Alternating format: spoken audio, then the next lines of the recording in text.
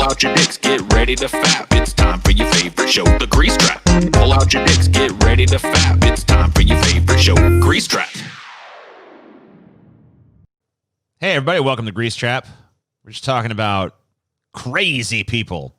Yeah, I have a person in my family that's got paranoid schizophrenia. We were talking about like homeless people and how a lot of them have certain types of paranoid schizophrenia and shit. And TJ was talking about a guy that was. Well, you go ahead. Now, I don't know if this dude was paranoid schizophrenic or what. And I've talked about it before, but I was gonna ask you because you said he would stare at something. Well, it was me and Galen went to the Barnes and Noble. There was a dude. He's a black dude. He looked like he was about 45. Well, I saw the guy too, so maybe I wasn't there in that time, but I know the guy you were talking about. Yeah, he was there multiple times. I mean, he wasn't just that day. He was there all the time. So yeah, fair enough. He was living on the street and he looked 45. He did not. He did not look like he lived. He did not look like he lived on the street. Oh, okay, no. Gotcha. He did not look homeless. He looked like he had somewhere to go. Didn't he wear like a suit? Didn't he wear like a sports coat? Yeah, he actually was pretty well dressed, if I remember correctly. He looked fairly. I don't remember exactly what he wore. I saw him actually arrive one time, and he was driving a nice vehicle. He wasn't like broke or anything. Okay. Well, anyway, I don't remember. I never saw him driving or anything, so I can't attest to that. But I do know that he dressed fairly nice.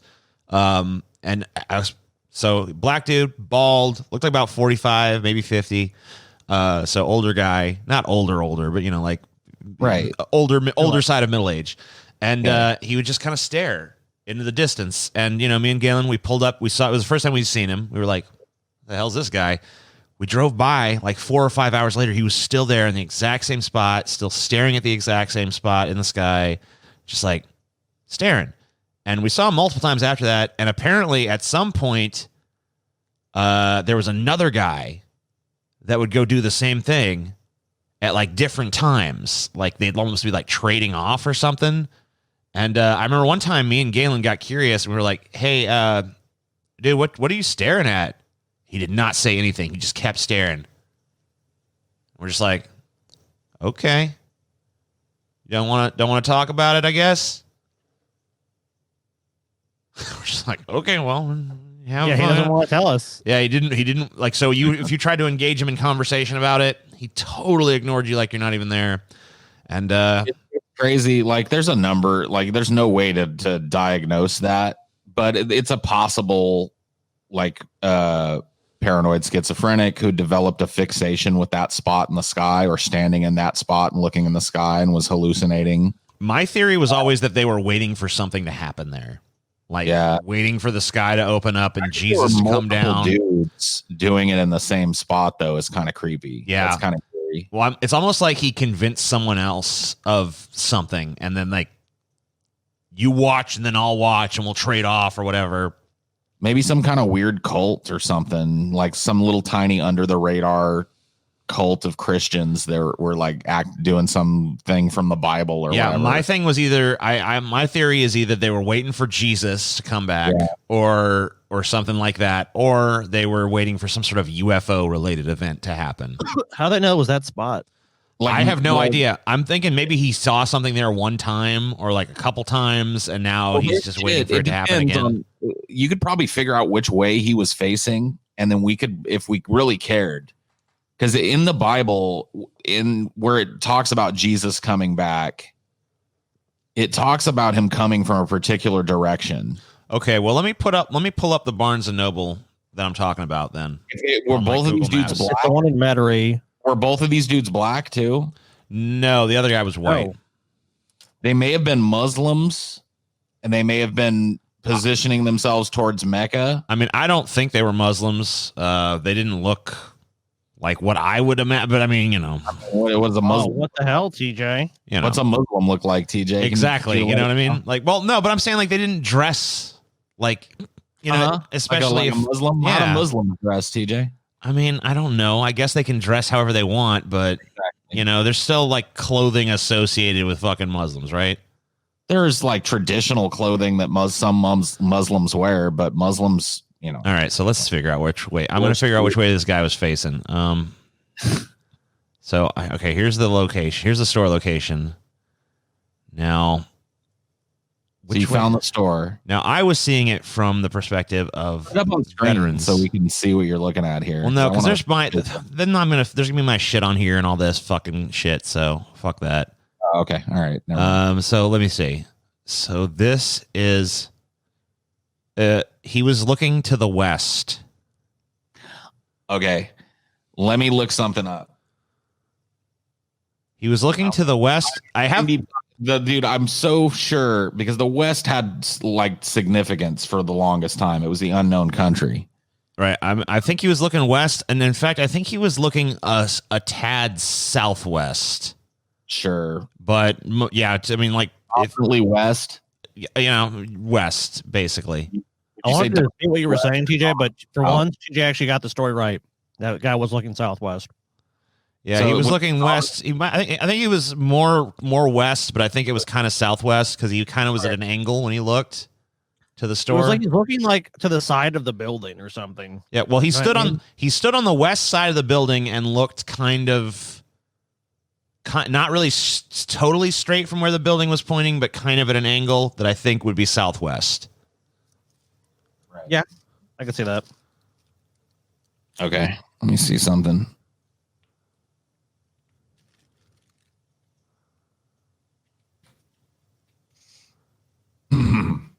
All right, you guys can. I'm just looking something up.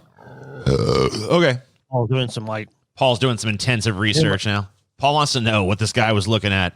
I mean, I don't know. Like, it could be, but the fact that there were two of them leads me to believe that there was some religious ritual going on.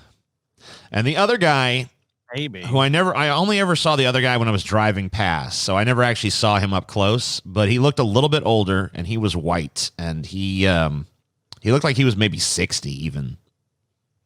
And he was bald, but he wasn't shaved bald. He kind of like he was more like, naturally bald, where he still kind of had that the shit on the sides.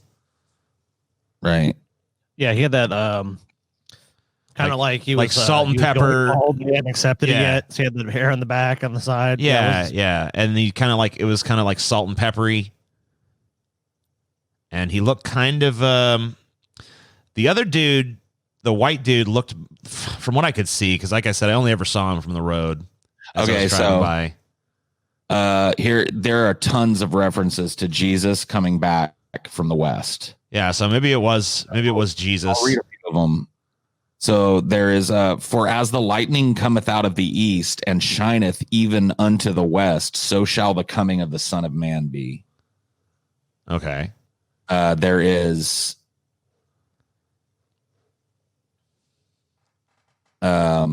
each time so sudden destruction comes upon them as the lightning comes from the east and flashes to the west. The heavens will pass away with a great noise and the elements will melt with fervent heat. So it's talking about end times. This is like Revelations and shit. Okay. So that's another, the cataclysm happens in the west, which is the second coming, right? Right. So yeah, I mean, I kind of, that was one of the assumptions I had. So many shall come from the east to the west and shall sit down with the Father in the kingdom of heaven. I mean, it could be. I mean, I don't want to. I mean, we never, like you said, he would never talk to us. I think me and my guy I was friends with at the time, Matt, we tried to talk to him and like pretty much got the same treatment. He was like, Matt was like, "Hey, dude, what are you doing? You want to talk? Hey, what are you doing? Just want to know." Like he had tried that whole thing. The guy would never talk to anyone. Like, I think one time like the employees were like, "You have to leave" or something, and like he just like nodded and just kind of like went about his business. Like he got back in his car. That's what I'm saying. That's what we saw like his vehicle. It's like they're like, "You have to go, sir," and like you just like looked at them and then just left. That was it. Like he was a weird dude. I don't know this. Because I mean, like we all like TJ, like we saw him like even without you, like he was there. Yeah, most days of the week. Like, every once in a while he wouldn't be there, but like, and like for people wondering like why'd you see this guy all the time? Because you could see him from the street, right? Like, if you were driving down Veterans Boulevard and you drove past the Barnes and Noble, you could see the guy standing there. If you knew, especially if you were like knew to look for him, you'd see him. And then always we're like the crazy guy there. Like you moved away, and then when you came back, you haven't seen him. I mean, you ever since moving away from that area, there's really not much reason to go down that street unless So do you have I've something to been do there. there years later. Like because roam that That's way? okay. He's still there. Yeah, he could still be I'll tell you there. what. Well, I'll answer it because I've actually been there. I've been there so many times. I used to know people in that area, and I never like after we moved away and maybe came back 2009. I saw him in 2009, and I think like 2010 or 11. I never saw him there again. After that, he might still go there now. I don't know, but The mothership finally came and sucked him up, took him back to fucking planet Zordon, dude. Finally, he saw what he was waiting to see. well, if he was like part of like the Heaven's Gate cult, kind of something like that, maybe he did go back to heaven. You know. Yeah, Maybe he was so. waiting. Maybe he was We don't waiting for know some why kind he of believed sign, like when I receive the sign, then I will join my master. And he saw it. He's like, yes, and he slit his guts open. Marshal Applewhite, I am coming to join you. He could have been a Heaven's Gator. We don't know. Some of them survived. Yeah. Yeah, I had but a really like the Hellbop comic comic doesn't come back for a while. So sorry. Go ahead, Paul. I had like a really colorful relationship with a dude that was basically on the street. His name was legitimately like on his ID was Rainey. Mm-hmm. His first name was Rainey. He's a black dude. He used to come into one of my Starbucks all the time and panhandle out front and try and scam free drinks off of people. And I really like enabled it because I'd give him fucking iced tea all the time because we literally threw away like 8 gallons of iced tea every goddamn night. So he came later in the evening and I just give him the iced tea that was going to go get poured down the sink. You know what I mean? Like whatever. I wasn't allowed to do it, but I did it. And that kind of kept him coming back, but I had to shoo him away. Like I always had to try and have talks with Rainey about like where the fucking borderline was. Like he was allowed to chill. I give him an iced tea or a water every once in a while and he can chill, but he can't go bother people. You know what I mean? And he had a real hard time understanding that, but I had like a genuine relationship with this dude, even though he was clearly not all there. You know what I mean? Like he and I talked. I would sit with him on my lunch because he naturally gravitated towards me because I was the dude that was nice to him that gave him tea and shit. You know what I mean? Mm-hmm. And talking to him was crazy. He had a super thick Southern accent. It almost sounded like he sounds like a lot of the dudes that have that real super thick Louisiana accent sounds, but I could be wrong about that. It's been a lot of years since I talked to Rainey. Yeah. But he was just hard to understand. And kind of like, I don't mean to be like insensitive, but he kind of had a little bit of that like soft shoe kind of like house Negro kind of way of talking. Yeah. You'd be like, I know what you mean. I sure does. I sure am grateful that you gave me that tea there. He used to call it brown water. I sure am grateful that you gave me that brown water. I sure is grateful that you let me hang out here, Paul. You know that, man. I sure is, like, it was like very strange talking with Rainey, but it was kind of sad, dude. He stopped showing up one day. And then in the paper, somebody showed me this article about Rainey Ray Johnson was his name. Rainey Ray Johnson killed. He was walking around on one of those foggy ass fucking nights in the valley at night. Did you get run by a car? Yeah. Yeah, a car hit him. Fucked up. Yeah, that sucks. But he was a cool dude and clearly fucking, like I said, he was crazy. I don't know what he had, but he was definitely not all there. But I was able to like chill with him and understand parts of what he was talking about. Some of the shit he said made no sense, but some of it made a lot of sense. You know what I mean? Yeah. It was funny to get to. Crazy people can still have a point, He often did. Yeah. Like Rainey was one of those dudes that 90% of the time he was talking bullshit, but every once in a while he would say some shit that was totally unintentionally profound, and you'd be like, "Oh, okay." Yeah. There you go. Rainey Ray Johnson. Like, damn, Rainey, you onto something. You on to something, Rainey. Something there. He'd be talking to me about like coffee and shit sometimes, and he'd be like, "Man, it's not about the coffee; it's about bringing people together." And I'd be like, "You know what? You're kind of right when it comes to places like this, Rainey. 100%. It's just an excuse for people to kind of come chill together." Oh, yeah. And We'll yeah, drink this warm beverage together. like the coffee ain't got nothing to do with it. It ain't about the brown water. It's about the people, man. It's like, yeah, Rainey, you're right. It is. Rainey, goddamn. You got it. Rainy And fucking he would talk about the satellites are reprogramming his brain. But whatever. It doesn't matter. Yeah, that's But- the kind of observation they steal with the satellites. he had like he wasn't totally homeless though. He had a caretaker, like his sister, I think, was taking care of him, and she came to me one time. Dude, I've done that shit though. Oh, sorry, I didn't mean to interrupt. Go ahead. No, I'm almost done. But she came to me one time and asked me to stop giving Rainy tea and shit. Yeah. And I was Why? that was basically what I asked her. I was like, why? And she said, because you're just enabling him to like wander around town. And I was like, that is not my, like, he comes in here, he's hot and sweaty. He looks like he needs a drink. I'm going to give him some tea. Like, Yeah. sorry. It's like he's already wandering around town anyway. What the fuck? He literally would spend all day walking around town in the heat and shit. He'd come in fucking drenched. You know what I mean? Like, and that was on her. She was his caretaker and shit. Right. Like if she was so concerned about it, like you fucking create somewhere comfortable for him to stay then, you know, or like figure something else out. He does it is Well, because see, but that's the whole problem that we've talked about so many times with society is that people like Rainey, it's like, what do you know, she's probably working a job and overwhelmed. That's why it's like, you know, we have to have some sort of place for Rainey to go or at least get some sort of treatment to help him so he doesn't wander around. but she just assumed that I was giving the water and the tea and stuff to Rainey out of pity. Yeah. Like, 'cause she was right. Like, the reason Rainey was wandering around town all day is because he could panhandle. Like, people would give him some money. He could go buy cigarettes. He would always bum cigarettes off of me and shit. So that was like his goal. That was his drug. Right. He was always trying to bum enough money to get a pack of cigarettes, and then he'd smoke them all up. Sure. And so that's and the reason that he would leave his house and wander around town was she wasn't giving him money for cigarettes. Is probably a healthy thing, you know. But maybe it would have been healthier just to give him fucking $10 a week or something and let him have cigarettes. Yeah. If you cared that much about it, just give him the thing he's after. He's after cigarettes and he's after iced tea and shit. Yeah. Get some iced tea and get some cigarettes for the man and keep him at home. You know what I mean? That ain't my job. But like, she assumed that my relationship with Rainey was purely like that panhandler pity thing. But I liked him as a friend. So I was like, fuck you. Yeah. I didn't tell her that. The basic idea was like, dude, Rainey's my dude, my bro. Like, if he comes in here and he's thirsty, I'm gonna hook him up. I'm sorry. That's just the way it is.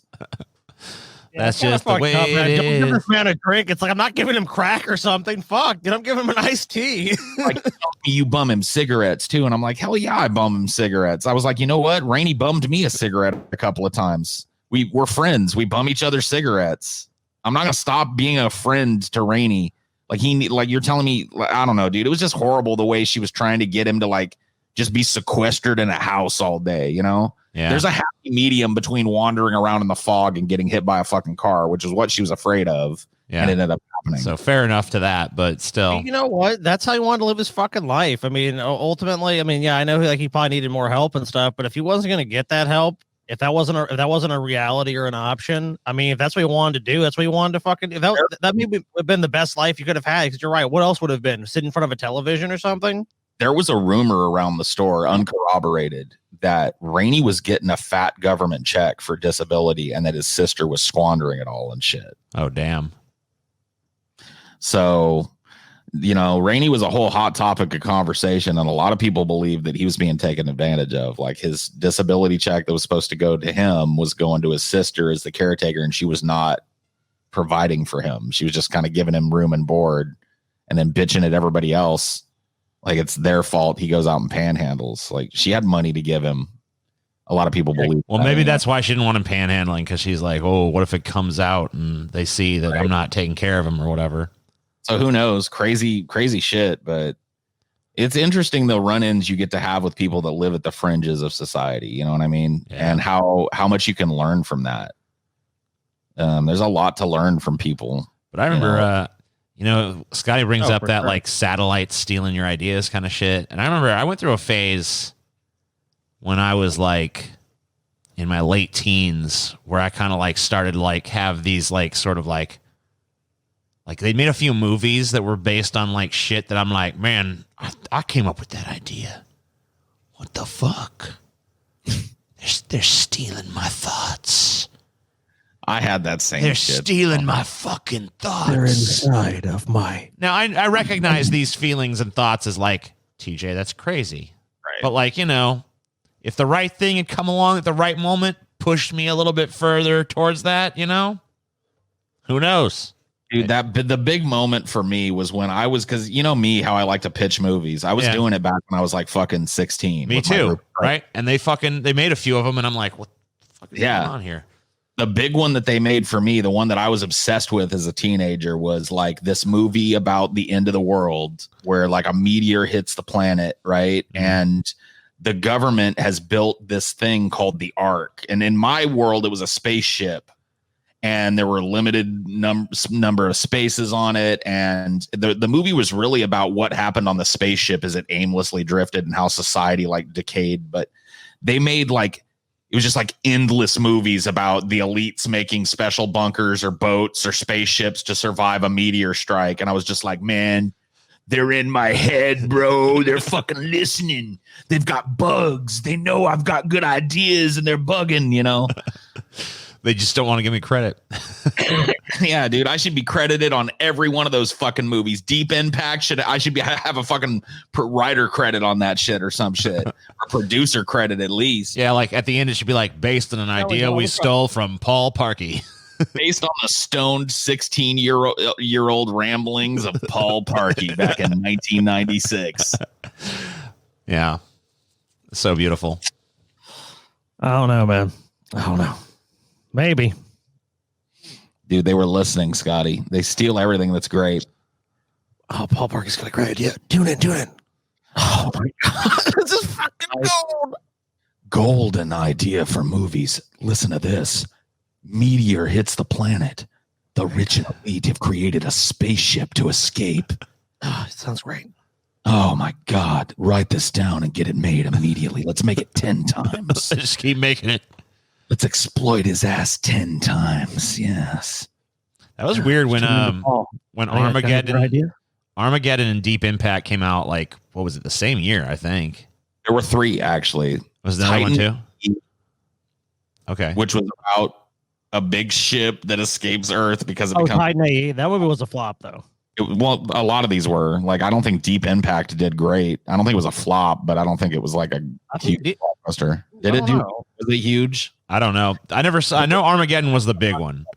There was Deep Impact, there was Armageddon, and there was Titan AE. And then after that, there was The Day After. There was 2012. They've made this movie like 10, 15 times now. Like, I'd be willing to bet I missed like 7. So I'm actually surprised. Deep Impact worldwide, and this is back in '98. Yeah, 350 million on a. Let's try to see if I can see the budget anywhere. I'm not seeing the budget, but it made about $350 million in the 90s. That's pretty respectable hit. So I can't imagine they spent more than 100 or 150 million. So they made a couple $100 million on it. So that's a qualified success in my book. Yeah, well, I know Armageddon did even better. So Armageddon 553 million. Yeah, I remember Armageddon being an unqualified box office success. I didn't realize. How did 2012 do? That's a way. 2012. Oh, I think 2012 was a fucking hit. I know I went and saw it, although it was a fucking worst movie I've ever seen, and I wish I could take that money back. 2012 blew it away, didn't it? All right, yes. Because the Chinese market was involved. Worldwide. I'll tell you before you guess, though, the budget was $200 million. So on $200 million, I'm going to say the movie 2012 with John Cusack and Woody Harrelson made... I'm gonna say it made a billion and a half or something, but 1.5 billion worldwide. Damn. Okay, TJ. I don't think it made that much. I'm gonna say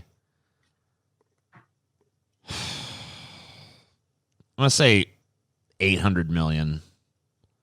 Holy shit, TJ! You ate your fucking Wheaties today. Worldwide, 791 million. Now, I'll tell you what saved this movie. Domestic, only 166 million. Yeah, because I don't really remember it being a big hit here. I'm pretty sure Paul's probably right about that China shit. International, dude. It was a huge overseas hit. Yep. Almost 80% of its box office from international market. $800 million. I didn't even realize it at the time because I wasn't aware at the time that movie came out that Hollywood was starting to capitulate to China and shit. But do you remember there was a whole subplot about a Chinese family that was on that fucking boat, and they were portrayed all heroic, and they were part of the big fucking thing, and they talked about China and blah blah blah blah blah. Yeah, a lot of Chinese pandering right now. Yeah. There was like China pandering all over the goddamn place. So that movie was directed by Roland Emmerich, who is really pretty awful.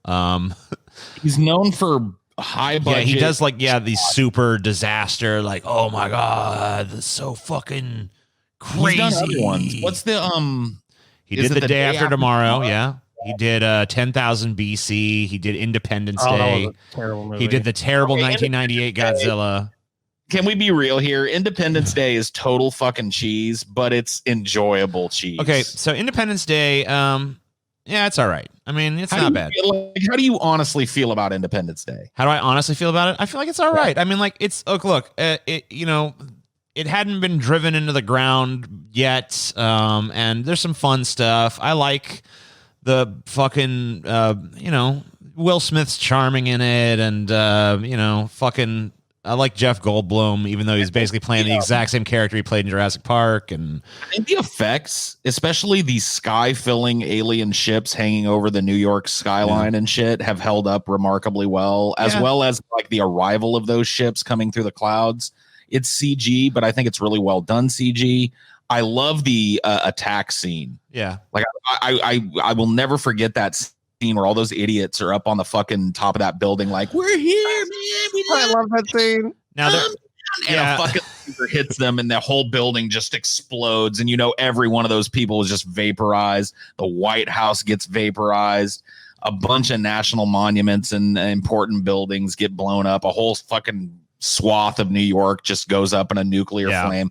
I love the way that I can't remember his name. He's a gay guy and he talks like this. Yeah, I remember what you're talking about. Oh, yeah. He was in Mrs. Doubtfire, too. I love the way he dies. He's on the phone with his mom arguing, and then all of a sudden he looks up and he sees like Fifth Avenue in New York rolling at him in a ball of fire, and he's like, oh my God. And then just there's a lot of great scenes in that movie. There's a lot of schlock in that movie. Fucking what's his name? Bill that plays the president. Pullman. His Independence Day speech is the most jingoistic, flag waving fucking nonsense that you'll ever hear in a movie. It is so over the top. It is so crazy over the top. I love it though, dude. I mean, that's why you gotta love it. So is Will Smith's performance. Welcome to Earth. Oh, dude, yeah, that was everyone loved that. And then he says, "Welcome to Earth." Yeah, welcome to Earth. I love too. Oh my God, it's so lame. Like the alien pops out, "Welcome to Earth," and I don't remember if he punches it before or after he says that, but we're supposed to believe that this fucking crazy ass alien that in a later scene we see it like kill like 90 people or whatever the fuck is knocked out by a single Will Smith punch, just to the point of like, he's just fucking out, dude. He's like a light punch man, dude. But I tell you what, the scene works, and here's why. If you remember, that scene happens the first time Will Smith tries to test drive one of the alien fighters, and two of the fighters get on him, and there's this pretty cool, once CGI holds up pretty well, chase scene through a canyon. Mm-hmm. Yeah, and he almost dies like 9 times. He ends up blowing up one of the pursuers and causing both of him and the final pursuer to crash land. Yep. And he gets out and he's all fucked up and bruised and bleeding and shit, but he's pissed at this motherfucker because he almost killed him. You know what I mean? It works because the scene that preceded it set up the cheese, not making it believable, but making it like cathartic. Yeah. I mean, look, if you just accept that you're in there, if you're just like, I'm watching a popcorn film and I'm not really expecting it to fucking hit me with anything deep. I'm just looking for some fucking aliens versus humans action. I remember, fine. Once again, I was a teenager when that movie came out, but I went and saw it in the theaters, and I remember fucking hella like laughing and hooting and hollering at that "Welcome to Earth" shit. It was so cathartic. Welcome to Earth, motherfucker! That almost killed. I was sitting there thinking, like, as Will Smith got out of the thing and was like angrily walking over to that alien ship, I was like, that motherfucker almost killed Will Smith. fuck that alien piece of shit. And then Will Smith just pulls his door open and he comes out for a second. You think the alien's going to get him, all the tentacles and shit. It's like, and he just like, welcome to Earth. Yes. Yeah, there's so many other great characters. They have the Jeff Goldblum like hacker character. They have Brent Spiner as the fucking crazy Area 51 scientist. Checkmate. Underrated character in that movie, Jeff Goldblum's crazy Jew dad. Yeah. Oh no, he's great. The only one that's right. By the way, in the entire movie, and he calls the entire movie, and nobody believes him. He's like he's talking. He talks about Area 51, and people are like, pfft. And then they end up at Area 51. Yeah. Anyway, probably the most, the movie of Roland Emmerich.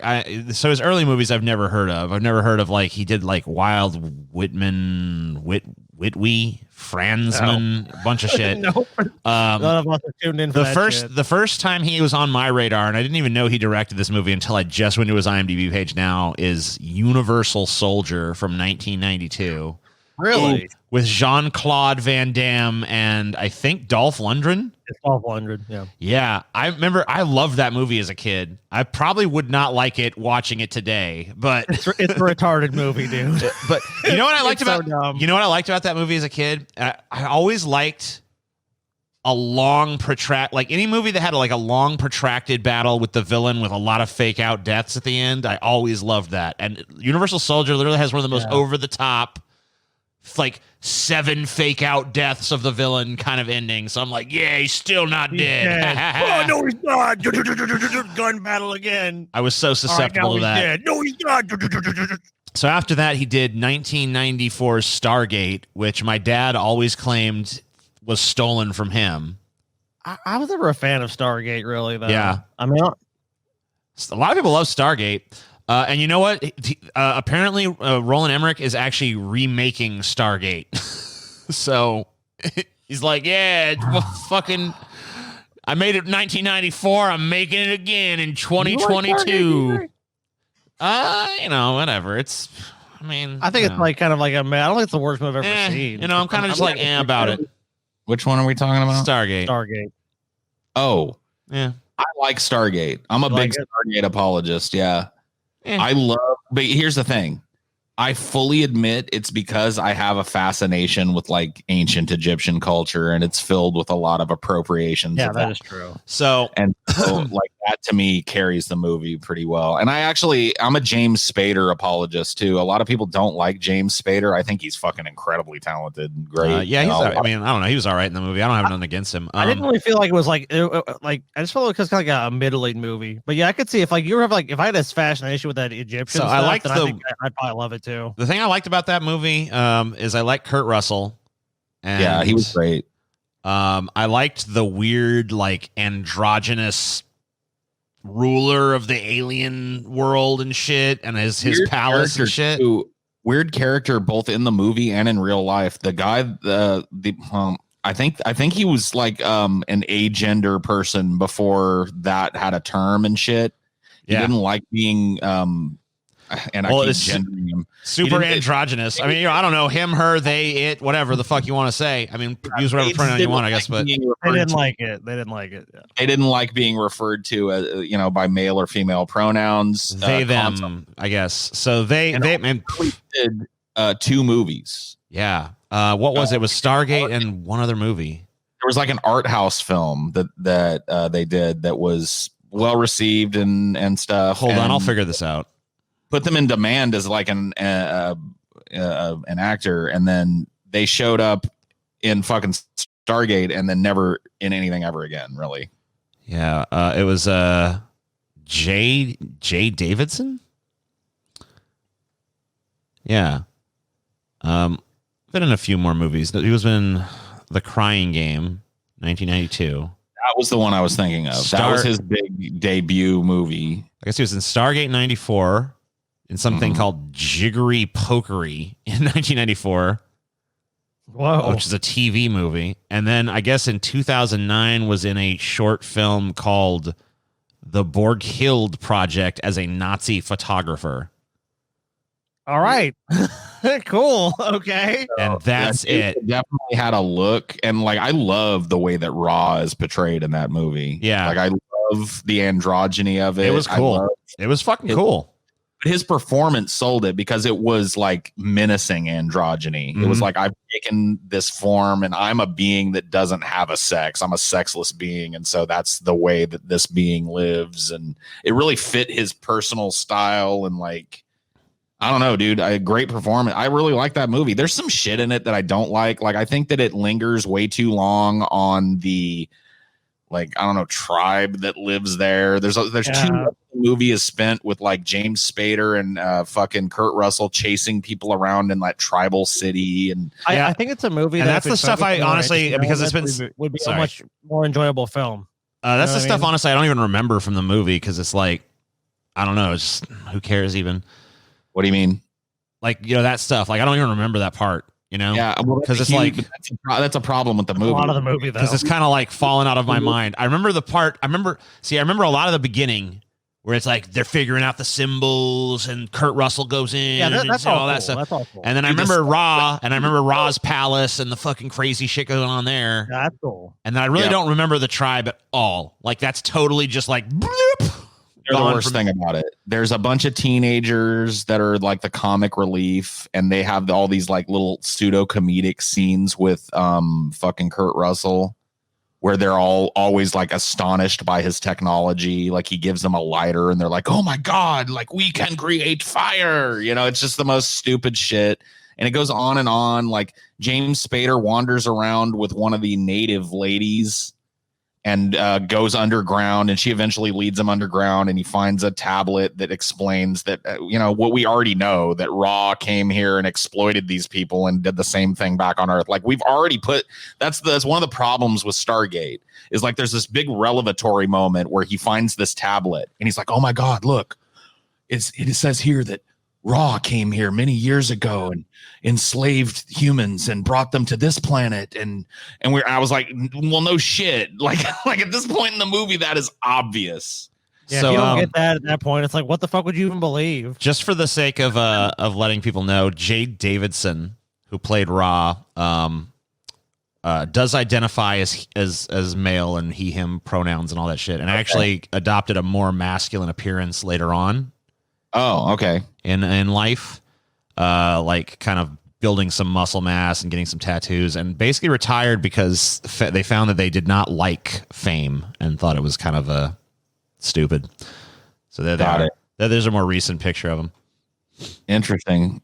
I can see it, but he definitely does not look like Raw anymore. No, and I think that's intentional. He apparently he said that you know, he was like, he's gay obviously, and he said that he felt like the people that he was attracted to were all looking for someone more like overtly masculine and stuff, so he was like feeling like his look wasn't working for him in that regard, so that's why he adopted a more like feminine look. Yeah, well, that's why that's why he tried to make himself look more masculine and stuff, and got the tattoos and stuff. And I guess he works as a photographer now because he didn't really like the fame of being an actor, and didn't really care for the limelight very much.